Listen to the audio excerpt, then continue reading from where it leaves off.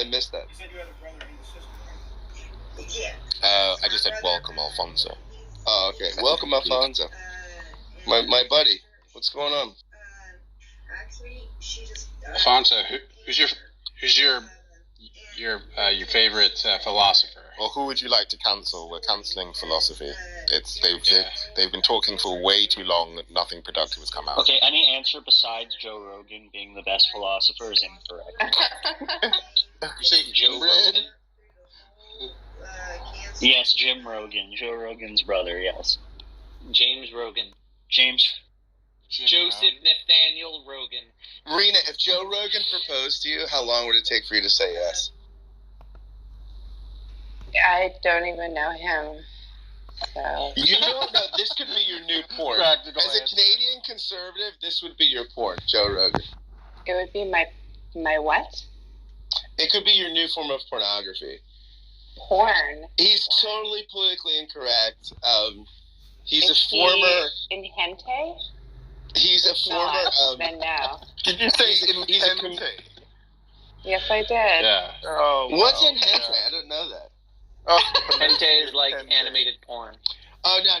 He's a former. Hentai. He's a former mixed martial arts fighter, turned comedian, turned politically incorrect But I'm podcast. saying that I wouldn't accept an engagement from a stranger. I don't know him. I mean, stranger with over $100 million. Evan, Wow. favorite Not voice- only my should favorite- I marry Evan. a complete stranger Oh, like a Russian Evan, only bride, responses in but Jordan Peterson voice, I do please. it. I'm a gold digger too. Wow.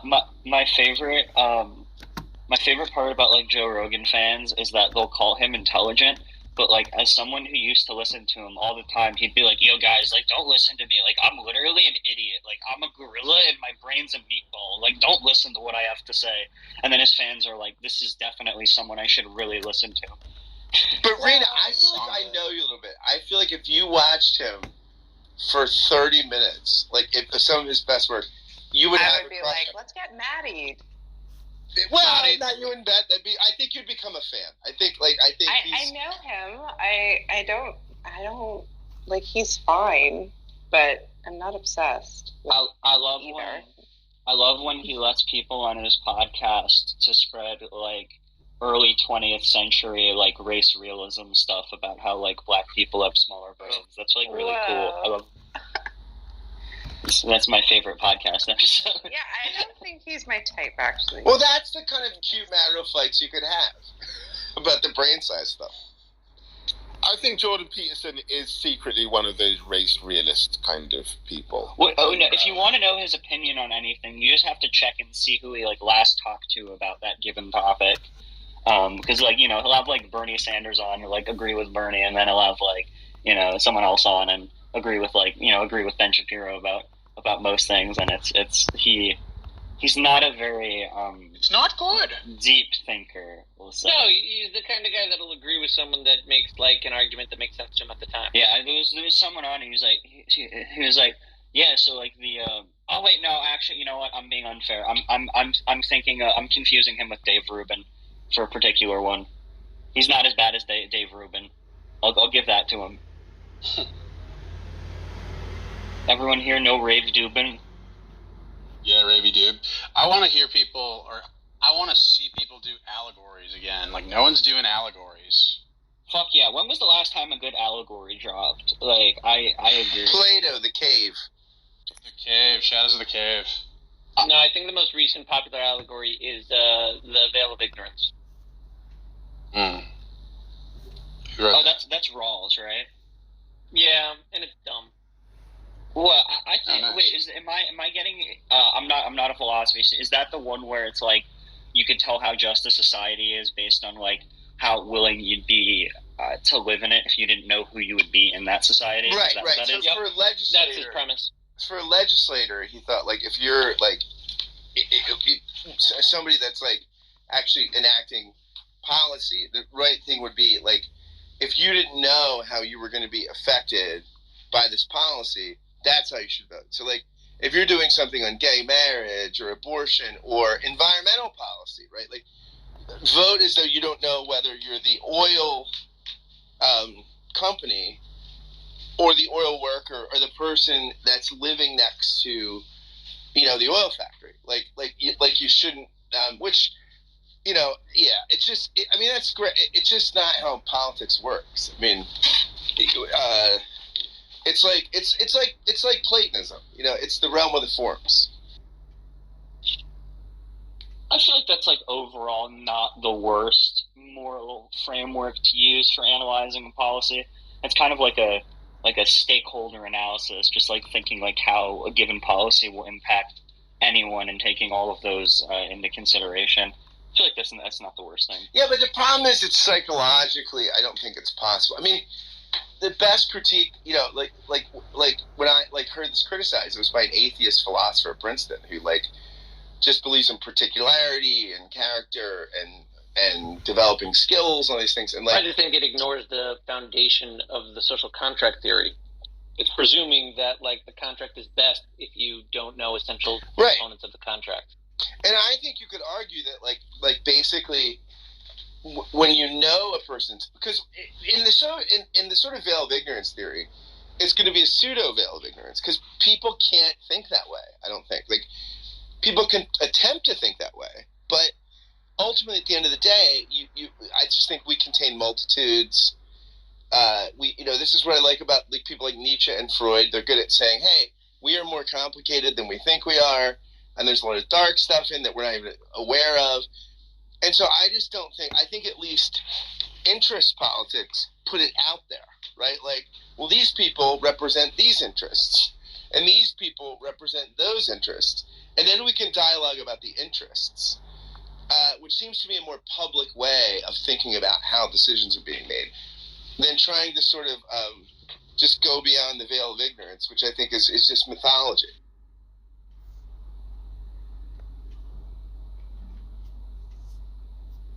Evan, can we do more you should just open a room called Ask Jordan Peterson. Yeah, can we please do that, Evan, please?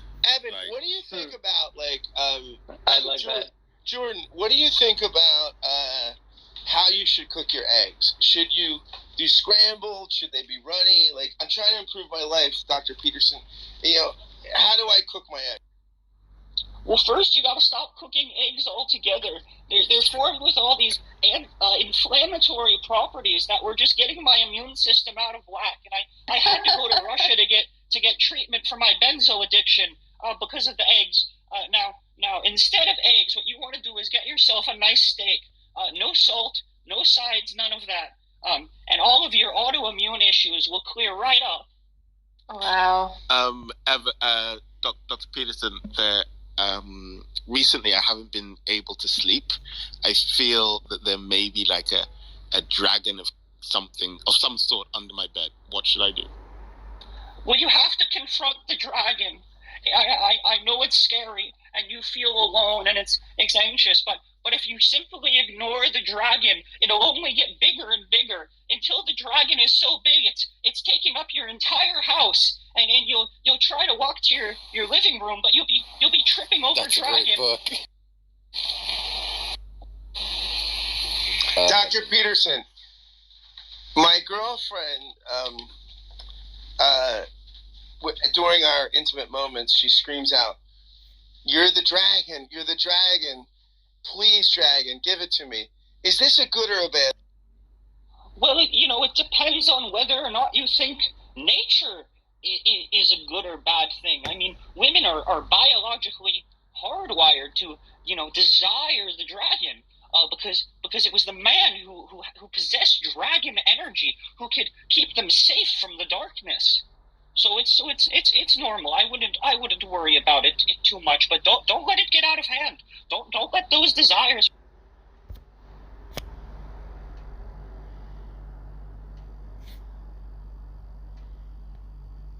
Start doing more closed club rooms. So,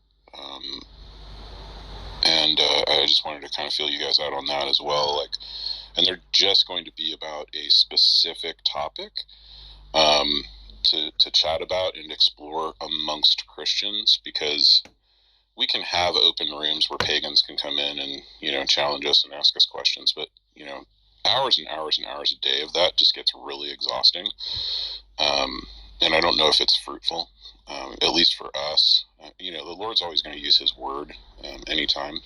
But at the same time, I think that, just in terms of what we're trying to accomplish, is to have maybe more fun, less controversy, more fellowship, and more learning about the deeper things. Because I think one of the reasons that a lot of us are on Clubhouse, and for myself included, is because during this season it's been really difficult to have really good deep fellowship at church, especially during the pandemic and all that stuff. And this was brought up to me privately by a highly valued member of the community, and and I believe that intention is correct, that we should start not to be insular or be in a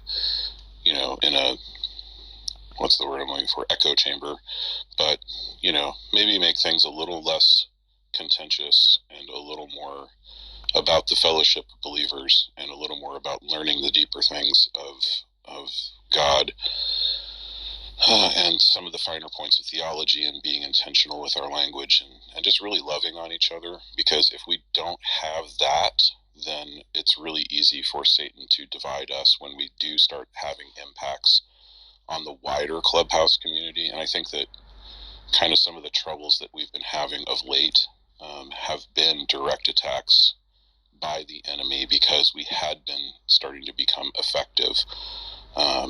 And I think some of the divisions between, Reformed and non-Reformed folks have been pretty much, Satan riling our cages. And I think that we need to kind of refocus the brethren and really get deeper back into, the friendships that we have with each other, and the fellowship that we experience, because that gives us the strength, and also encourage people to be part of their local churches and be submitting to their local pastors as well.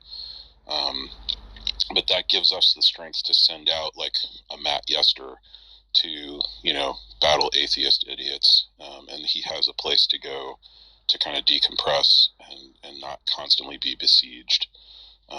So I think that, because Matt does Matt's here, but Matt does an amazing job of that.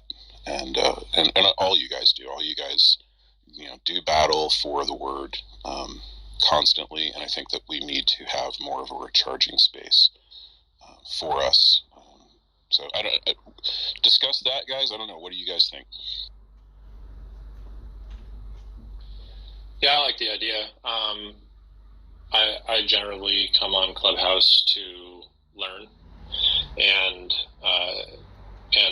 have these types of deep conversations that you normally wouldn't have with your family members or your friends. And so that's kind of my outlet for having deep theological discussions, learning about other perspectives and theological positions, and challenging my own. And so, yeah, I'm, that's kind of the main purpose why I'm on Clubhouse. I'm always down to have a fun, relaxing, decompressing, chat. But yeah, I like, that's usually the types of conversations that I'm having with my family and my friends and people in my church. But yeah, when it comes to like when it comes to having those more serious conversations, I feel like it takes a very specific type of person to really enjoy that, and it's difficult to find that in your local body. But yeah, I'm always down for that. I think that it's a good idea, because yeah, it can be pretty belaboring to be constantly defending the faith, and then especially if you're not really taking time to really study and learn, but instead are just like destroying other people's arguments, it can become unbalanced. So yeah, I like the idea. I think balance is good.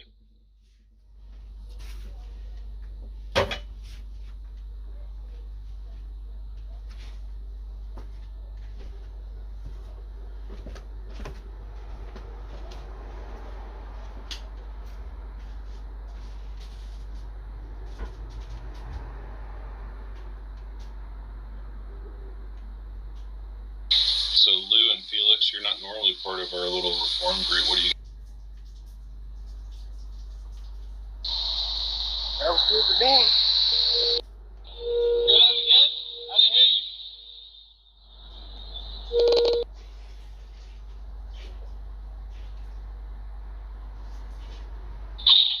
Chris.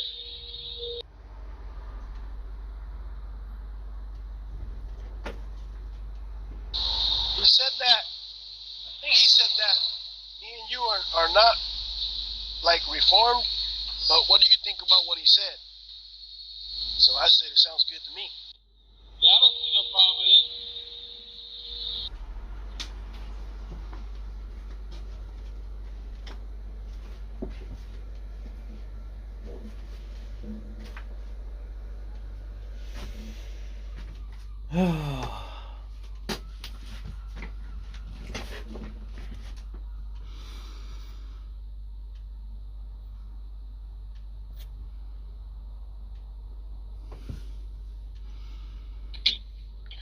Can a Christian believe in the Big Bang? Is what Meatball is asking in the comment section. This has to do with the gap theory, correct? There are Christians that believe in the Big Bang, but they believe they know who banged it. I bet you know who I'm talking.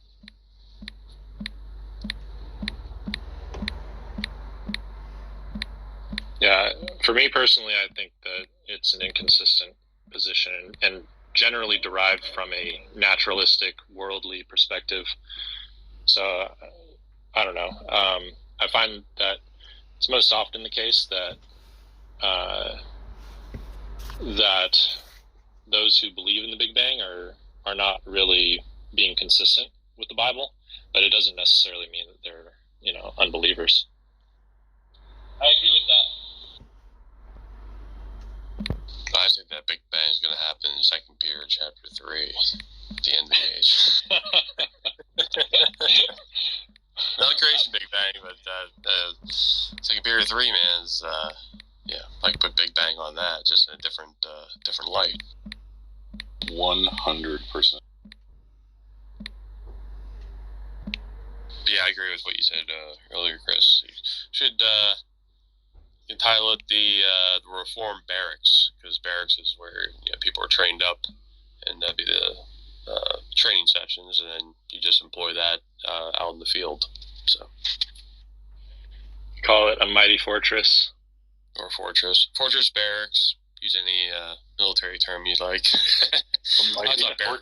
Yes, I love that.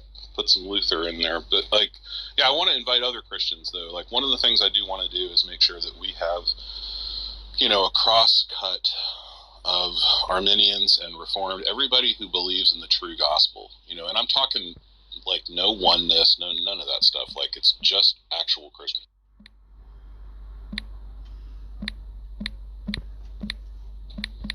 Can my chosen denomination go? What was that, Lou? I'm part of the chosen denomination. Can I go? Yeah, you can. Trolls are allowed. That's fine. Alright. I like trolls better than atheists.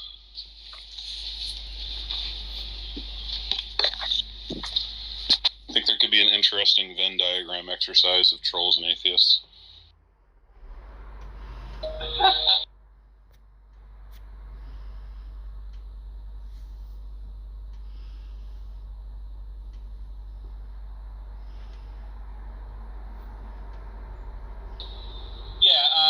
Just looking at the things I hear, I hate the division myself. I really hate it. I hate it a lot. I try to stay out of it.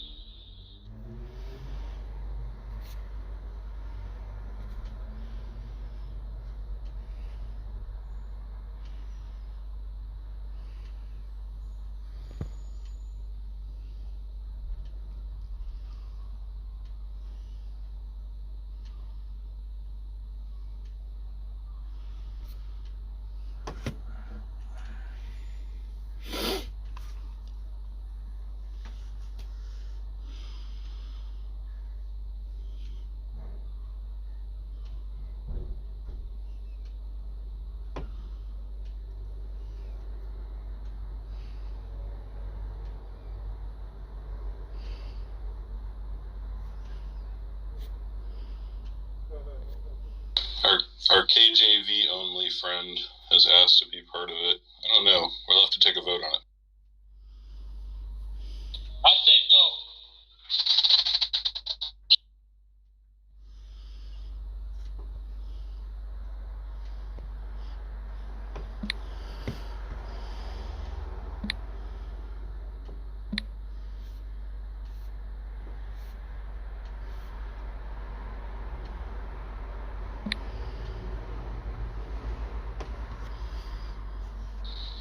All right, kids, I gotta go to church. Enjoy, man. See you later, brother. Bob stick his middle finger up at me. That's not nice, Bob.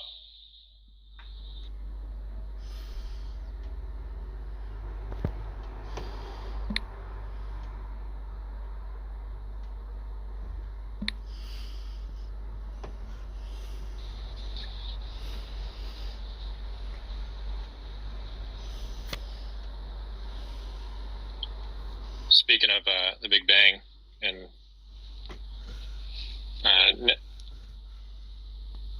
naturalism and evolution and whatnot, Jason Lyle.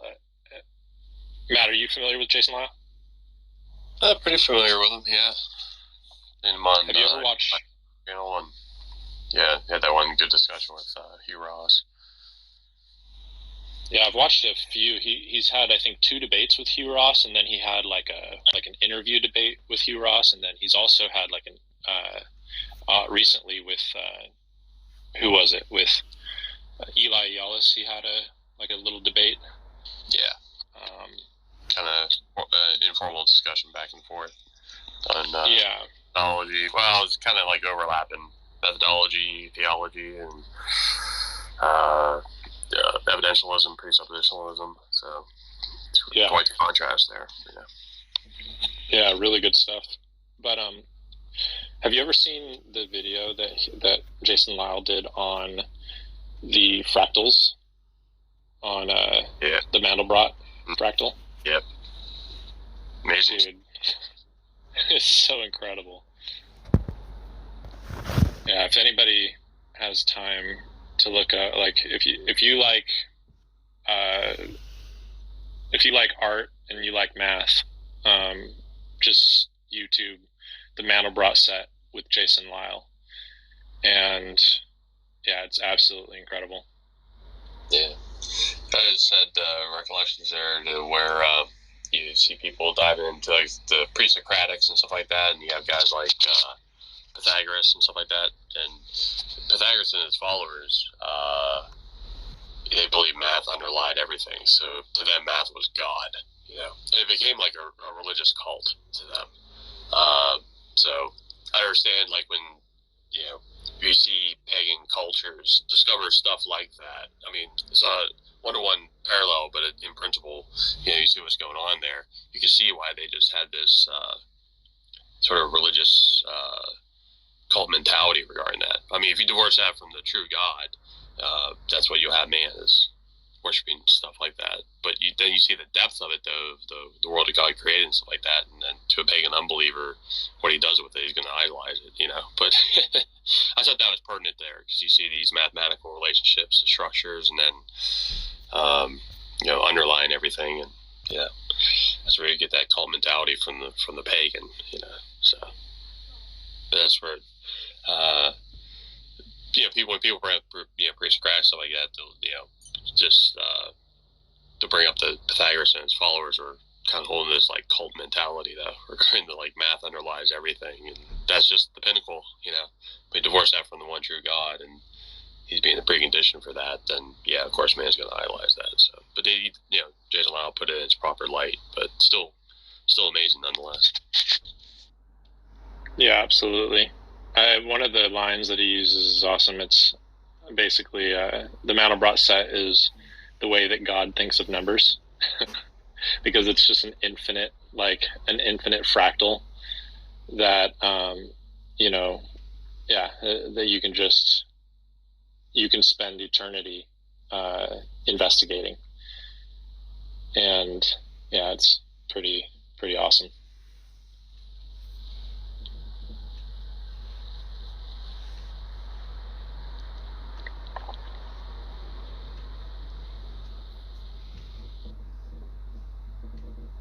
Yeah, he's a pretty fascinating character. I didn't had time to study his material and his view of starlight and time and what sort of model he holds to, or what different, like Russell Humphreys or something like that. Because I remember that being a main paradigm that a lot of people held to, but I think he holds to a different view. But I haven't had time to study his particular models, you know. Yeah, so he goes based on the Einstein, so Einstein just basically made a statement about how light travels.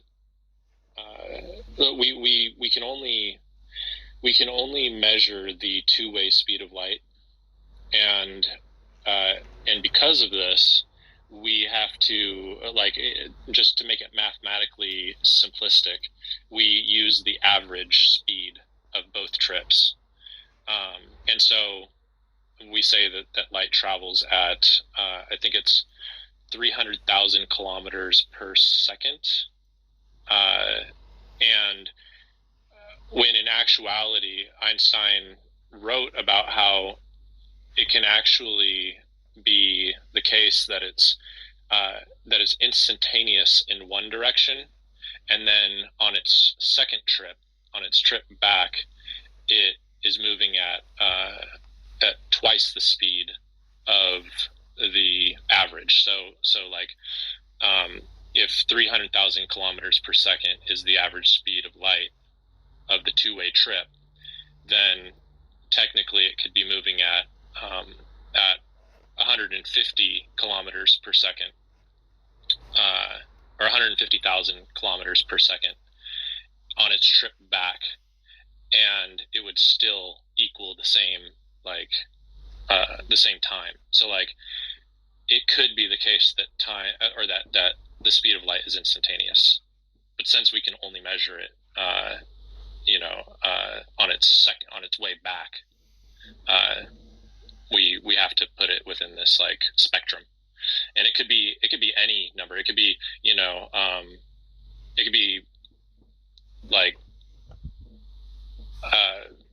500,000 kilometers per second in one direction, and then it could be 100 kilometers per second, 100,000 kilometers per second back, as long as it equals that round trip speed, which is a certain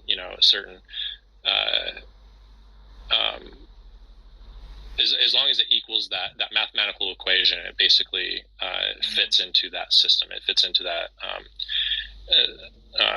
the algorithm.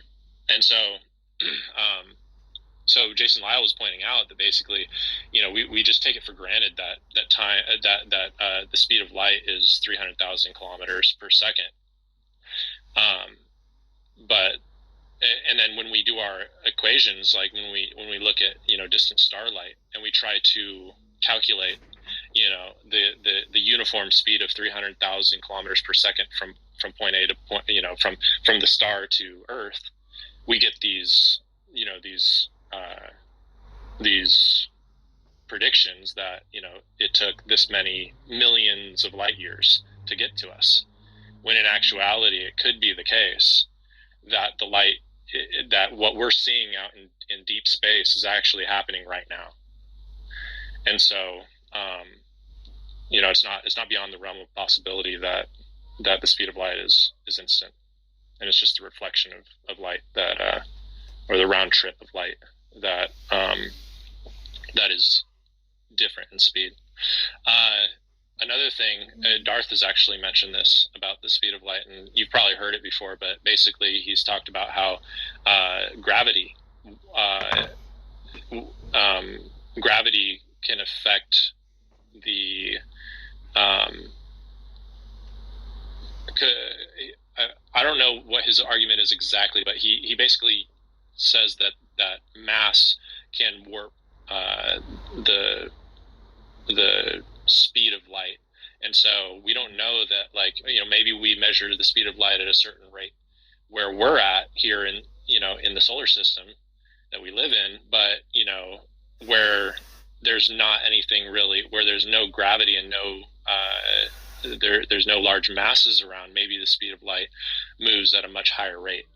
And so there's the answer for that too. And so we don't really know what the speed of light is, or that it's constant in all places in the universe. And so there's that answer too. But yeah, so time dilation, stuff like that. Yeah, exactly. You're right. Yeah, it's fascinating stuff. So I just kind of got to get his blueprint, try and make heads or tails out of it. You know, so I like to break things down a little bit because I got to break things down simplistically. Because all this real complicated astrophysics and stuff like that gets pretty complicated. I mean, I have an interest in astronomy and stuff like that, but I mean like basic astronomy. You know, basic high school level stuff. You know, but I like just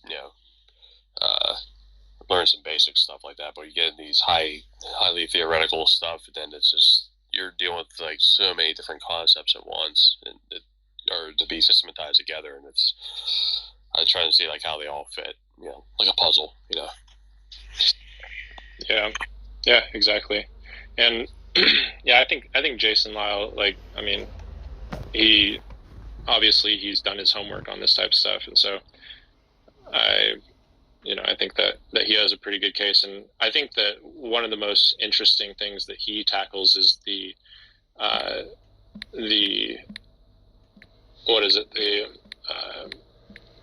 arguments that he makes against like an old Earth and billions of years, and how he uses